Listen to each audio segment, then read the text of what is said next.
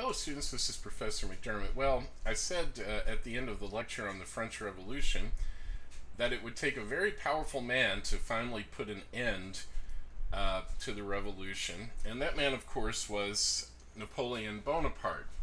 It's interesting that we think of Napoleon as perhaps the most famous French leader of all time, but actually Napoleon Bonaparte was not French. He was born in 1769 on the island of Corsica in the Mediterranean Sea. But as a young man, he went to France. He got involved in defending the French Republic against the First Coalition and was spectacularly successful in the wars of the French Revolution. And this really built up his ego and his confidence. He said at one point, quote, "I realized I was a superior being and conceived the ambition of performing great things," end quote. No inferiority complex here, folks. So armed with that kind of cockiness or arrogance, Napoleon was determined to rise in the government. And finally, on the French Revolutionary date of 18 Brumaire, the 18th day of the month of Brumaire, that is November 9th, 1777, Napoleon staged a coup d'etat. That's a French phrase. What it means is that he overthrew the government of the Directory and made himself the first consul. He borrowed this title from ancient Rome and became the supreme leader of all France as the first consul. And then what happened next is very interesting. He drafted a new constitution for France with himself as the leader, and he submitted it to the voters of France to approve or disapprove. And what do you know? 99% of those who voted approved the Constitution and approved having Napoleon as their supreme leader. Now, why would they do that? Why would they hand over the power that they had won for themselves in the revolution finally to one man, to a man who really became a dictator? Well, if you think about the events of the French Revolution, it's not that hard to figure out.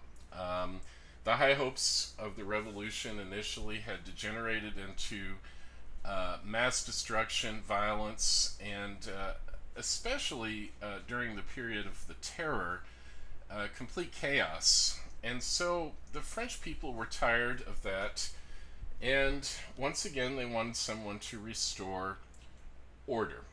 We've seen this before, and we will see it again.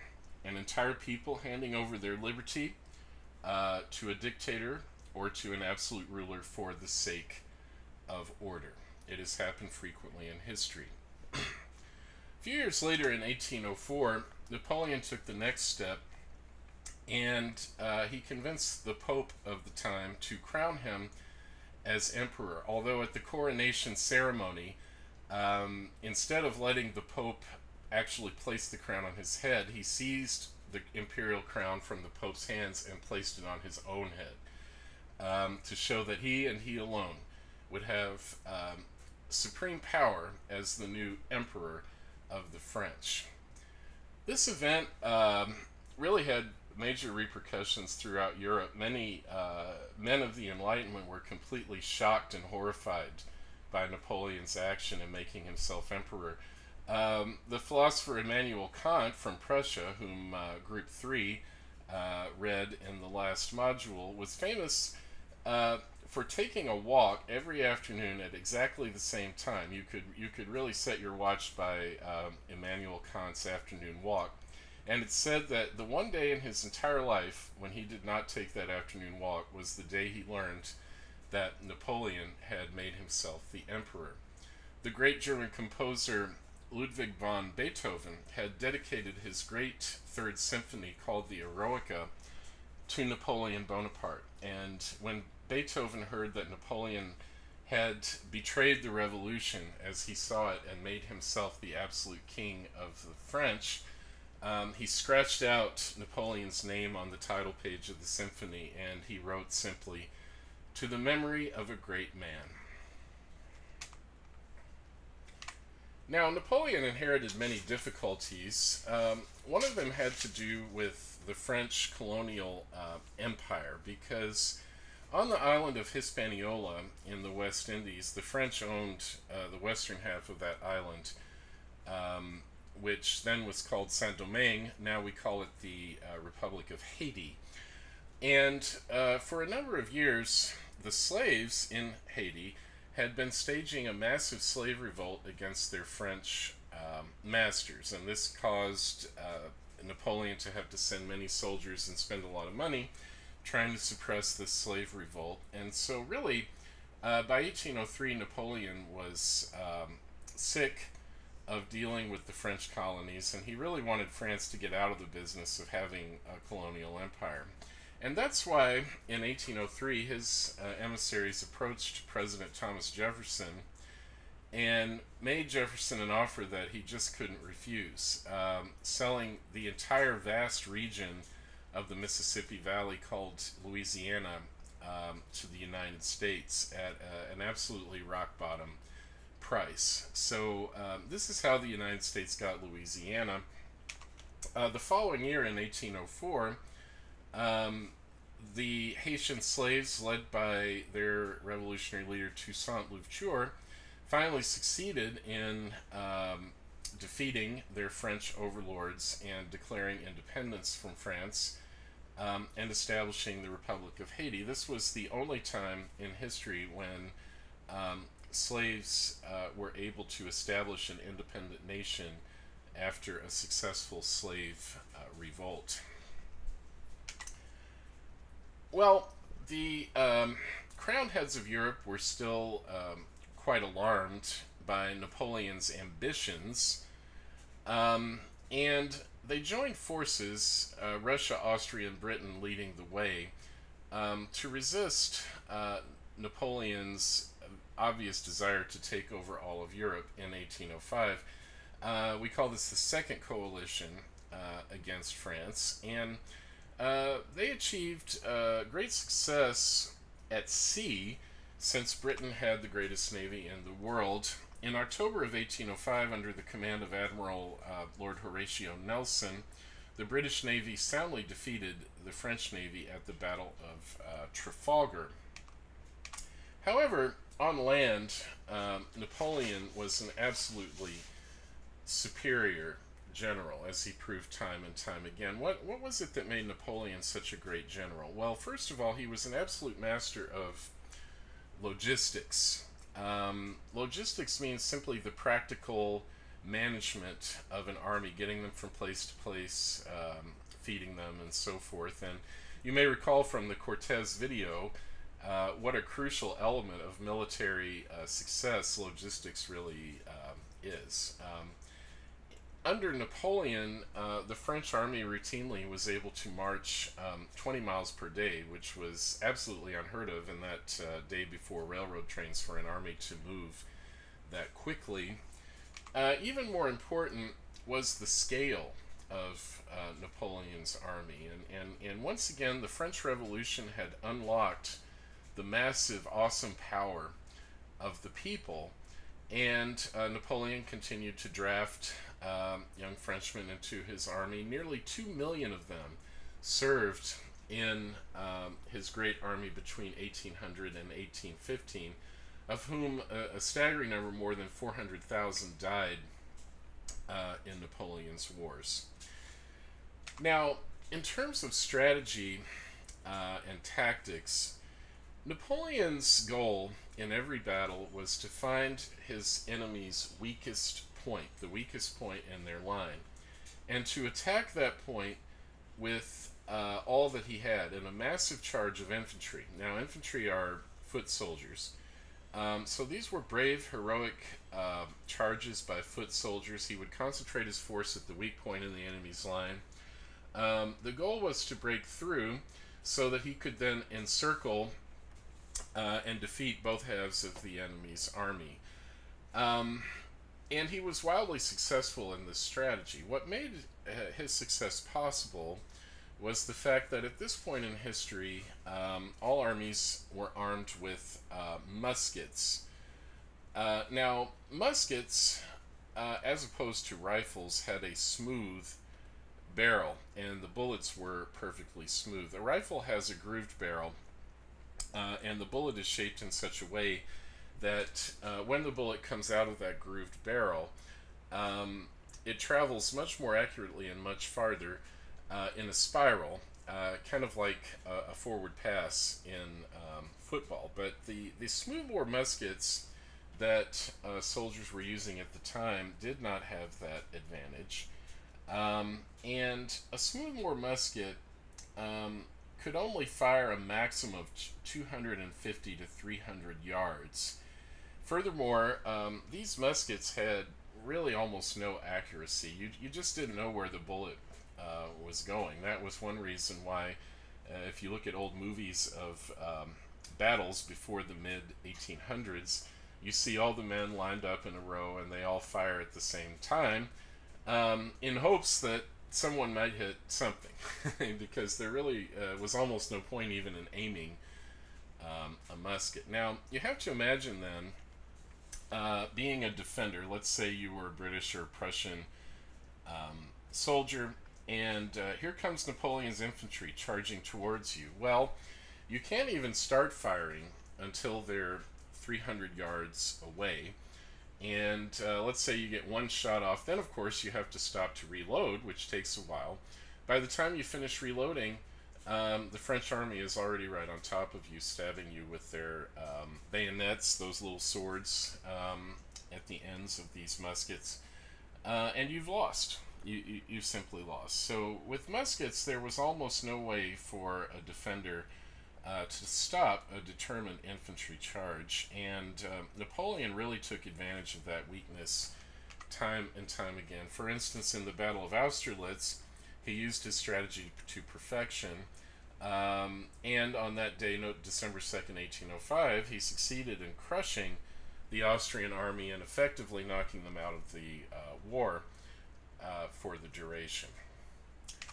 So you see here on the map the success that Napoleon enjoyed in extending the boundaries of France. All the areas in blue were actually incorporated into France, and the areas in pink were conquered by Napoleon. They were allowed to continue to exist separately, but really Napoleon controlled all the areas in blue and in pink here. So he really did succeed in conquering nearly all of the landmass of Europe by 1812. But the tide began to turn when the British got a foothold on the Spanish peninsula and began supporting resistance fighters in Spain who didn't like being ruled by Napoleon. The leader of the British force in Spain was a man named Arthur Wellesley, the Duke of Wellington, who later became Prime Minister of Great Britain. And under the Duke of Wellington, the British slowly began to chip away at Napoleon's dominance of Spain. But the thing that really defeated Napoleon was, in a way, his own arrogance. In June 1812, he made a huge mistake, and it was a mistake that had been made before, and as we'll see, it was a mistake that Nazi Germany under Hitler would later make again. That is, invading Russia. Napoleon just put together an enormous grand army of more than 600,000 men to invade Russia, but most of these men were fresh recruits. They had never been blooded in battle, and they were ill-equipped to deal with conditions in Russia, especially the Russian winter. Really, it wasn't the Russian army that led to Napoleon's downfall. Napoleon advanced successfully and even managed to take Moscow. But then the Russian winter set in, and the men were freezing. They were suffering from disease, exposure, malnutrition, and it was the Russian winter that really slaughtered Napoleon's Grand Army. to the point that when Napoleon finally ordered retreat from Russia, only 40,000 out of 600,000 soldiers were left alive. But, true to form, Napoleon would send cheerful dispatches back to Paris with statements like, quote, "The health of the emperor has never been better," end quote. But really, this was the beginning of the end for Napoleon's dream of mastering all of Europe. By March 1814, the Allies against Napoleon had taken advantage of the destruction of the Grand Army and, in fact, had entered Paris. Napoleon knew that the game was almost up. By this point in time, he was so unlucky and unsuccessful in everything he tried that when he attempted to commit suicide by taking poison, even that did not succeed. Napoleon survived, but he was forced to abdicate the imperial throne on April 6th, 1814. Now, the Allies really didn't know what to do with Napoleon. They didn't want to execute him because, after all, he was an anointed and crowned monarch, and they didn't want to set a bad example of executing kings. So they decided to send him into exile on the Mediterranean island of Elba. But really, not many precautions were taken to secure Napoleon and make sure that he stayed on Elba. And the Allies would pay dearly for that in March of 1815 when Napoleon managed to get hold of some boats, sail his way to the south of France, and raise the imperial standard, calling on all Frenchmen to unite behind him and restore the glory days of the empire. And the majority of the French people did join Napoleon in this quest, which lasted from March to June of 1815. We call this period the 100 Days, when Napoleon came back to power after his first fall. Napoleon put together, again, a huge army, but he met his Waterloo at the Battle of Waterloo in June 1815. This was in Belgium, and he was defeated by the combined forces of the British under Wellington and the Prussians there in the Battle of Waterloo. And so ever since, when someone meets their final downfall, you may hear people say that he or she met their Waterloo.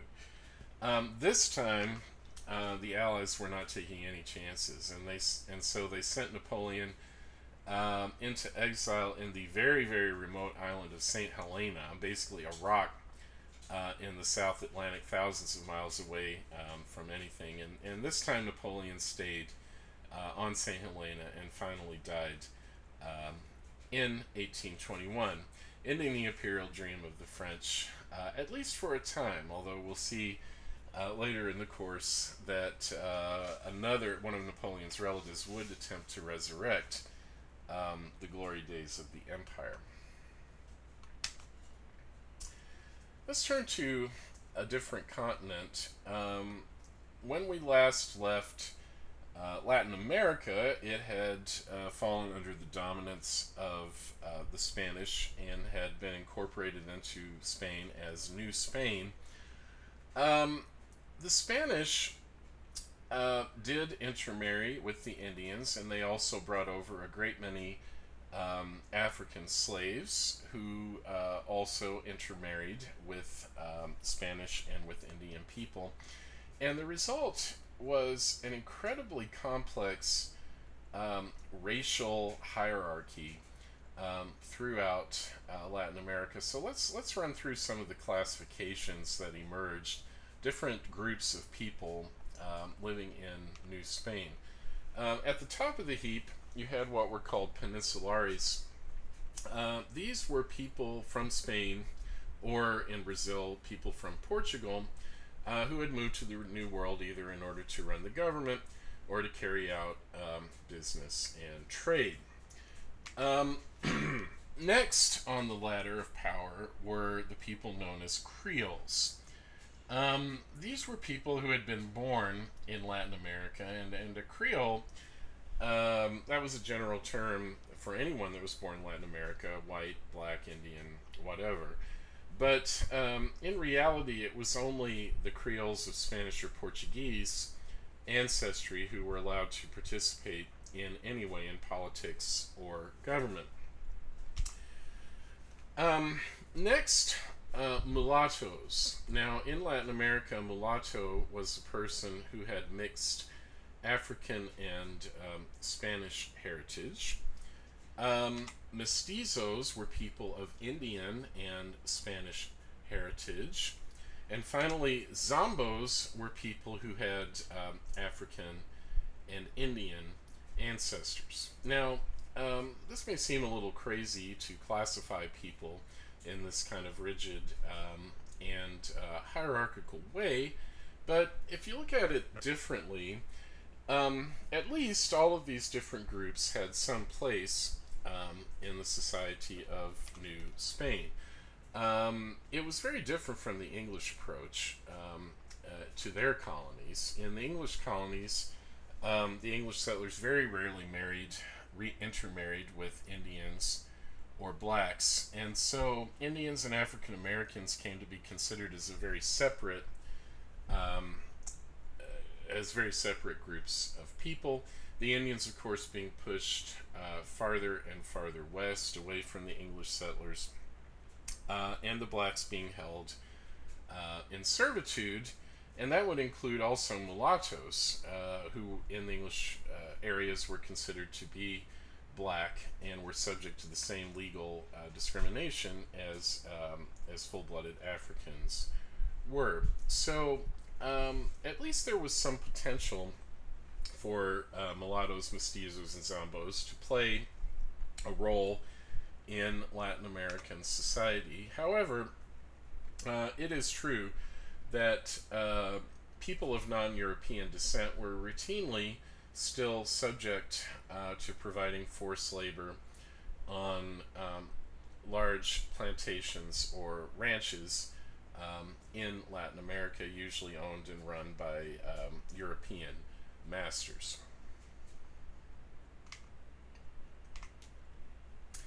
Now, as time went on in New Spain, the people who had been born in the New World began to chafe at European domination by Spain and Portugal.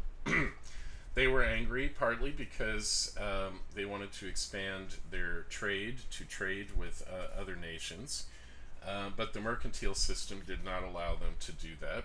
They were also angry that the government of New Spain was still dominated by peninsulares, people that were sent over from Spain or Portugal, and the Creoles found it very difficult to get a foothold in the government and to obtain any power.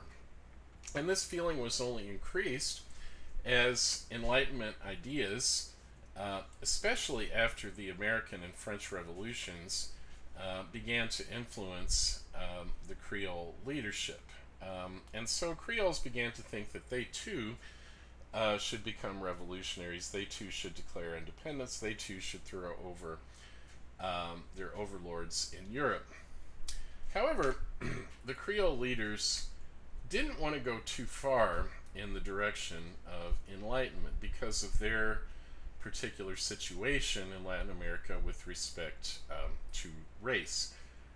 There were 16.9 million Latin Americans at the turn of the 19th century, around 1800, but only 3.2 million of them were of European descent. And that meant that the white Creoles really were concerned that if they allowed too much freedom and too much independence, that the racial minorities, mulattoes, mestizos, zombos, blacks, would revolt and make themselves the masters of Latin America, something that the white Creoles didn't want to happen. And so that factor would really influence the Latin American revolutions and keep them from going as far in the direction of enlightenment as, say, the American Revolution did. Well, the first Latin American Revolution was very peaceful. It took place in Brazil in 1808, And the Brazilian Creole leaders simply invited a member of the Portuguese royal family, whose name was Dom Pedro, to become the king of a new and independent Brazil.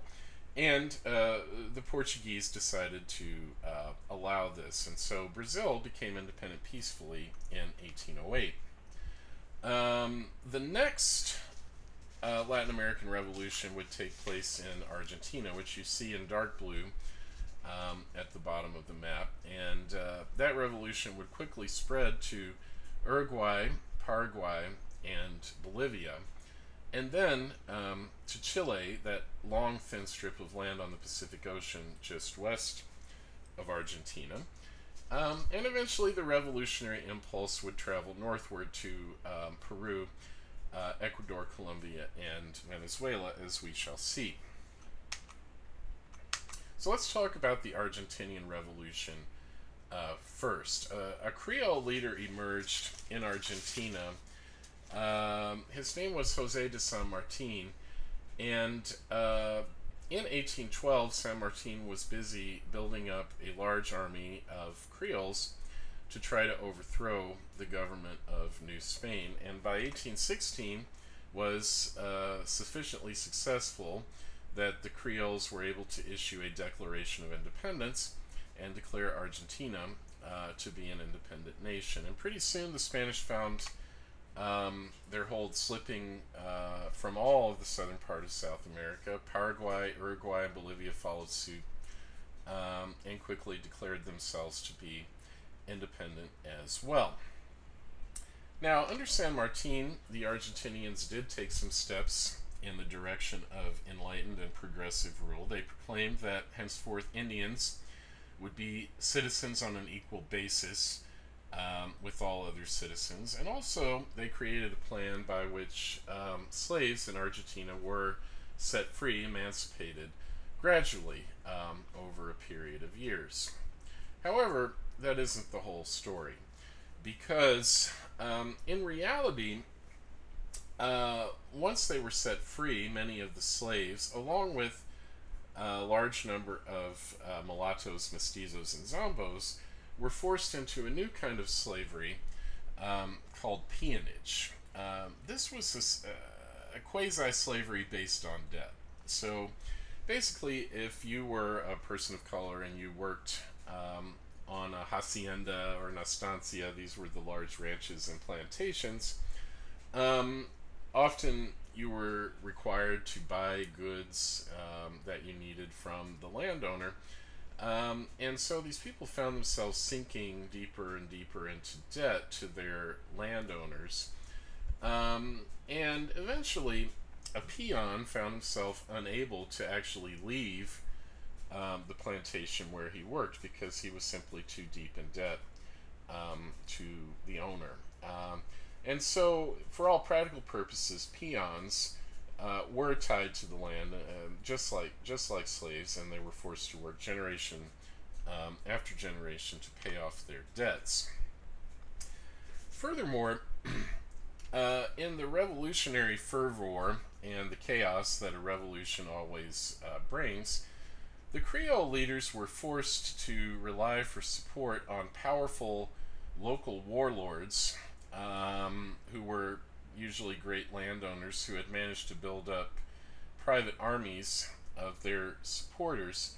And so, in many cases, power at the local level was turned over to these local warlords who were called caudillos. And if you're familiar at all with Latin America, even up to the present day, when you think of the great drug cartels in Mexico, for instance, you see the ongoing influence of private citizens who are able to set themselves up as quasi-military leaders with large bands of armed supporters, and to really control and terrorize the local population. But the caudillos thought they were establishing, once again, order, but in a sense they in many places became the new masters of Latin America.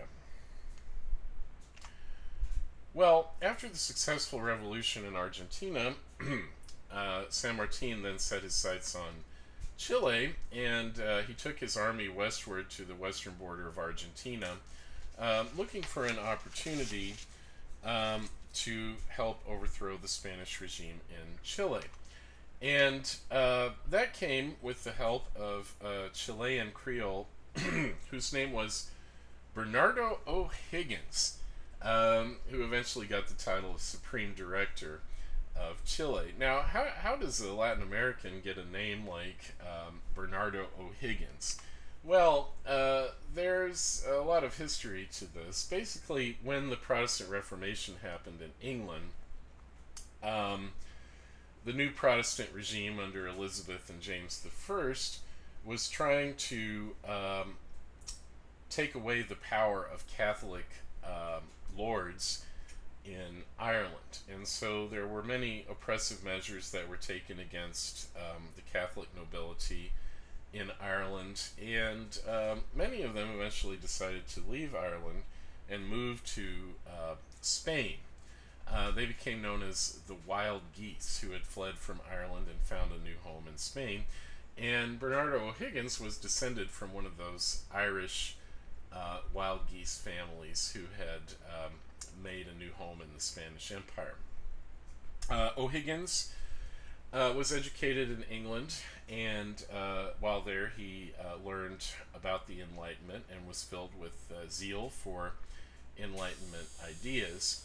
And so in 1817, San Martin and O'Higgins joined their forces, marched across the Andes Mountains, and mounted a successful military campaign against the Spanish government in Chile, and finally were able to declare independence of Chile in 1818. But once again, that's not the whole story. O'Higgins found that many of the poorest people in Chile, especially those of non-European descent, were very reluctant to support his revolution. And it's not hard to figure out why. Poor people are not stupid, and they understood that really, in a way, they were just trading one kind of slavery, one kind of domination for another. They understood that they would be under the power of rich landlords who would hold them in peonage, and they really didn't care to support a revolution that really wasn't going to make their lives any better. Well, O'Higgins' comment on this was simply, quote, "If they will not become happy by their own efforts, they shall be made happy by force. By God, they shall be happy." End quote.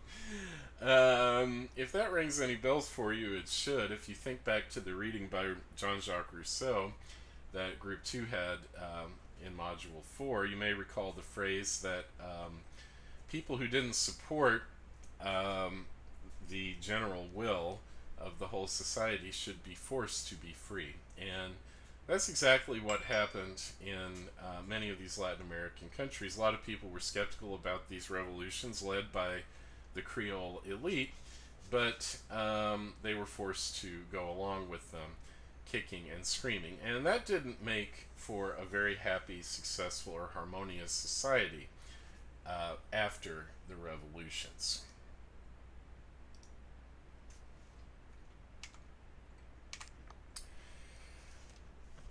To the north, in Venezuela and Colombia, the situation was complicated by the fact that an enormous number of African slaves had been brought to those regions, and so there was a really enormous black and mulatto population, which the Creole leaders in the north were reluctant to give citizenship to, full citizenship.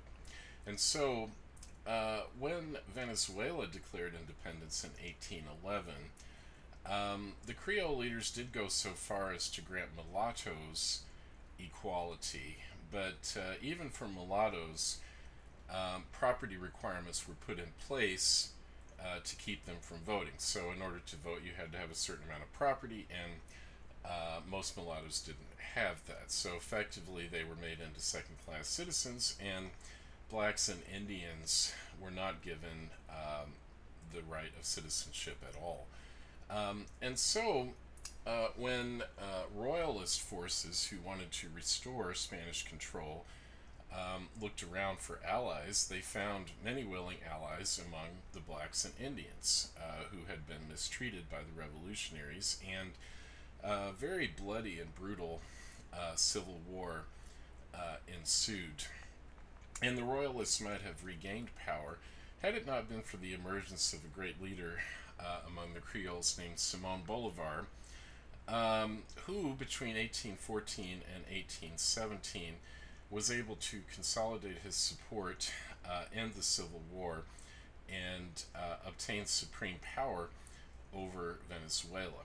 And then by 1819, he had managed to conquer Colombia as well for the Creole Revolution. But as we've seen farther south, Bolivar felt it necessary to reach out to caudillos for support. In fact, he created the caudillos in the north part of South America by distributing land to soldiers who had supported the revolution and quietly encouraging them to become local warlords and power brokers.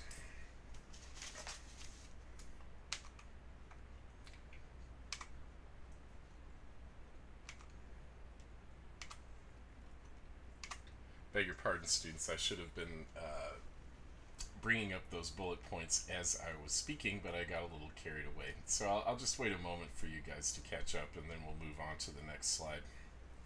Sorry about that.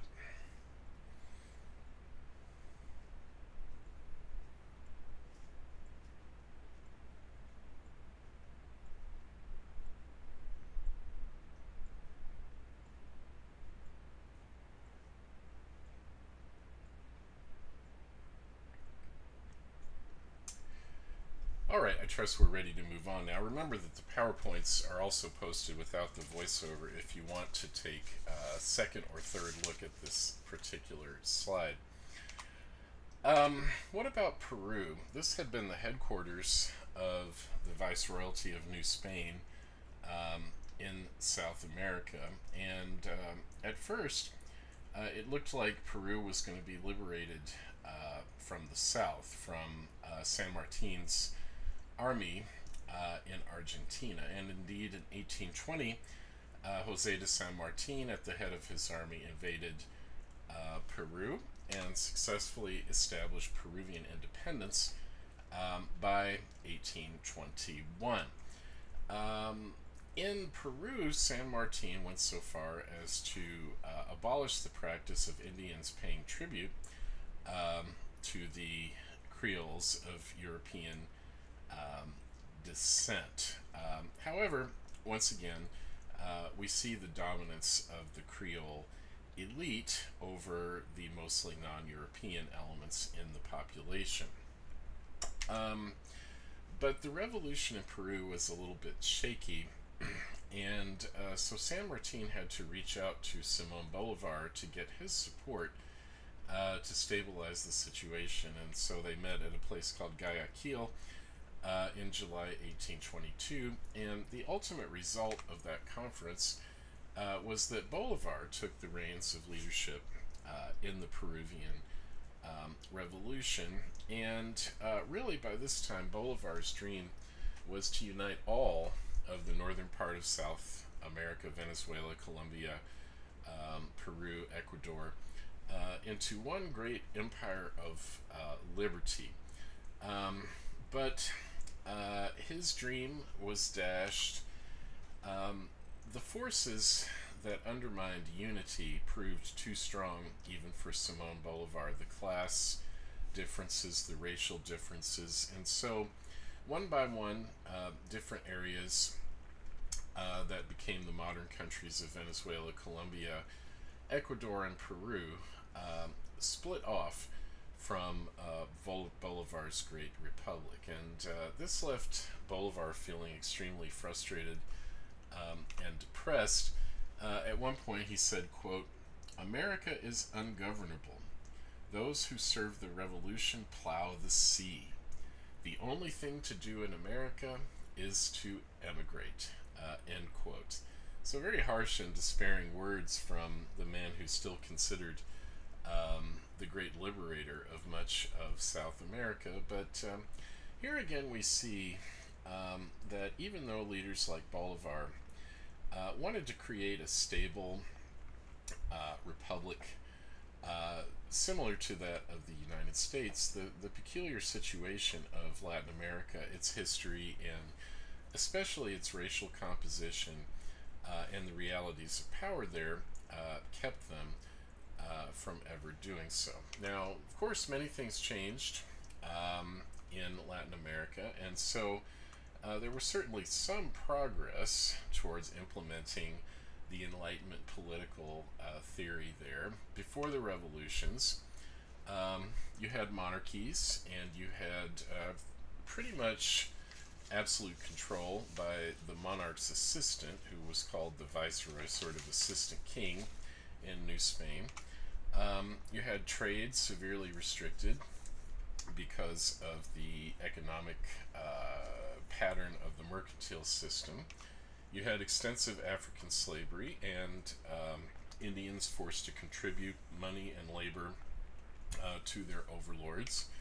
And indeed, you had forced labor by the non-European elements in the population. And so the system before the revolutions was a colonial system through and through. After the revolution, you do have republics with more participation in government. However, the real power brokers in these republics increasingly were the caudillos, the local warlords. You had more free trade, but on the other hand, economic superpowers like Great Britain and then later the United States were frequently able to step in and dominate trade in Latin America. You had emancipation of slaves eventually in all the Latin American countries, and in theory, equality of all humans. However, in terms of civil rights, members of non-European races were often deprived of their rights to participate in the public square. And so you see that true democracy has taken a long time to develop in Latin America, and really it's still developing. You had peonage, the new kind of debt slavery that replaced the old racial slavery. And so what we could call this new system is neo-colonialism. Excuse me just one second here. Actually, I'm going to bring that up in a different way.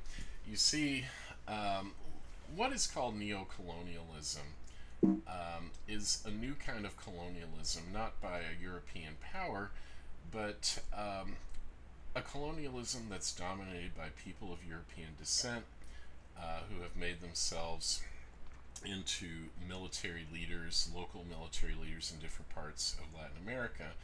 And then later, a neo-colonialism carried out by the rising superpower in the Western Hemisphere, namely the United States, which dominated business and trade in many Latin American countries in the latter part of the 19th and throughout the 20th centuries.